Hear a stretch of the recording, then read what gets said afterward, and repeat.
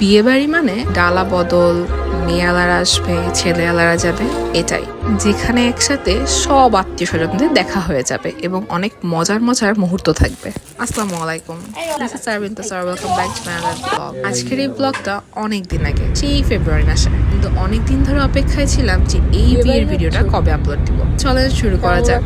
তো এই তো আমরা উত্তরা থেকে চলে যাচ্ছি মিরপুরে বিয়ে বাড়ির উদ্দেশ্যে। আসলে এই বিয়ে বাড়িটা বিয়ে বাড়ি না, এই বাসাটাতে আমরা সবাই একত্রে ছিলাম, এই জন্য আমাদের কাছে এটাই বিয়ে বাড়ি। এখানে সব ভাইয়া ভাবি আমার হাজবেন্ড ঢুকতেছে।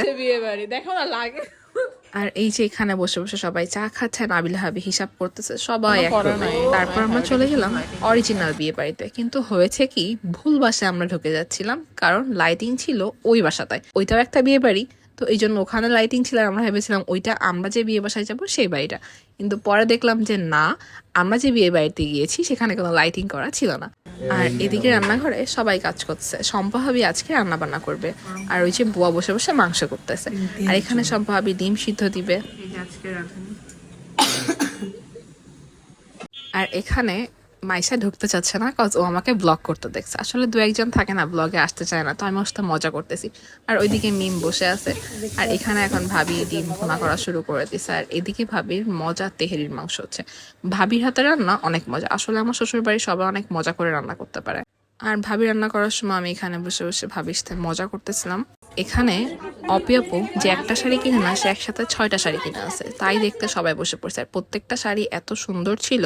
আর আমি কিন্তু এটা মজা করে বলেছি, অপিয়াপুর শাড়িগুলো অনেক সুন্দর ছিল। তারপর চলে গেলাম হচ্ছে মেয়ের বাসায় যে শাড়িগুলো যাবে সেই ডালাগুলো গুছাতে। এখানে নাবিলা ভাবি গুছাচ্ছিল আর আমি তাকে হেল্প করতেছিলাম। এই যে এক একটা করে ভাবি নিয়ে নিচ্ছিল, কারণ ভাবি যেহেতু গুছাবে, ভাবি ভালো বলতে পারবে কোনটায় কিভাবে যাবে। এই যে আমি নিজেকে দেখাচ্ছিলাম, সাথে ছিল আমাদের রানার মা খালা, উনিও ভিডিও করতেছিল। রানার মা খালা আসলে খুলনা থেকে আমাদের সাথে গেছে ভাবিকে সব কাজে হেল্প করার জন্য। আর এই তো এখানে হচ্ছে ভাবি কিভাবে রাখলে ভালো দেখাবে সেটাই চেষ্টা করছে। আর আমি এখানে ওনাকে জ্বালাচ্ছিলাম যে তুমি বলো তোমার অনুভূতি কেমন। ভাবি বললো কাজ করতে করতে সবকিছু টাইট হয়ে গেছে। তো এটা নিয়েই মজা করতেছিলাম। আর এই যে হচ্ছে সেই কিউট কাপল যাদের হচ্ছে বিয়ের প্রোগ্রাম। তো এই তো তারপর হচ্ছে এগুলা গুছানো শেষ। আমি অনেকদিন পর এমন একটা ওয়েডিং দেখেছি যেখানে এত সুন্দর সুন্দর এবং সব হাই এন্ড প্রোডাক্ট দিয়ে ব্রাইডের জন্য হচ্ছে মেকআপের আইটেমগুলো দেওয়া হয়েছে, যেটা আমার কাছে খুব ভালো লাগছে। আর এদিকে রান্না বান্না প্রায় শেষ, বাসার বাচ্চা কাচ্চারা আগে খেয়ে নিচ্ছে, কারণ অনেক রাত হয়ে গেছিল আর বাচ্চাদের ক্ষুধা লেগে গেছে। আর এদিকে হচ্ছে মেয়ের বাসা থেকে যারা ডালা নিয়ে আসছে তারা চলে আসছে। তো এক একটা করে ডালা হচ্ছে এখানে ড্রয়িং রুমে রাখছিল, আর আমরা সেটারই ভিডিও নিচ্ছিলাম অ্যাজ এ মেমোরি। তো আমি তো ব্লগের জন্য নিচ্ছিলাম। তো প্রত্যেকটা জিনিসই তাদের অনেক সুন্দর ছিল, অনেক সুন্দর করে তারা সাজিয়ে গুছিয়ে নিয়ে আসছে। তো সবাই আসলে দেখছিল কি কি জিনিস ছিল, আর তারা হচ্ছে একটা একটা করে রেখেই যাচ্ছিল, অনেকগুলো আইটেম ছিল। তো সুন্দর করে গুছানোর পর তারপর হচ্ছে ফাইম হচ্ছে এটা নিয়ে আসছে। এইটা হয়তো ব্রাইডে যে ড্রেস যাবে পরের দিন সেটার জন্য ছিল।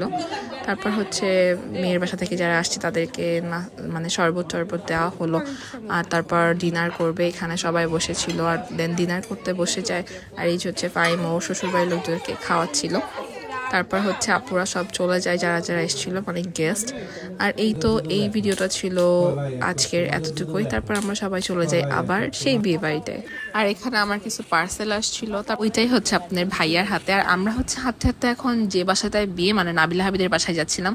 আর আমার কিন্তু এরকম ঢালাই বিছনাতে শুতে খুব মজা লাগে।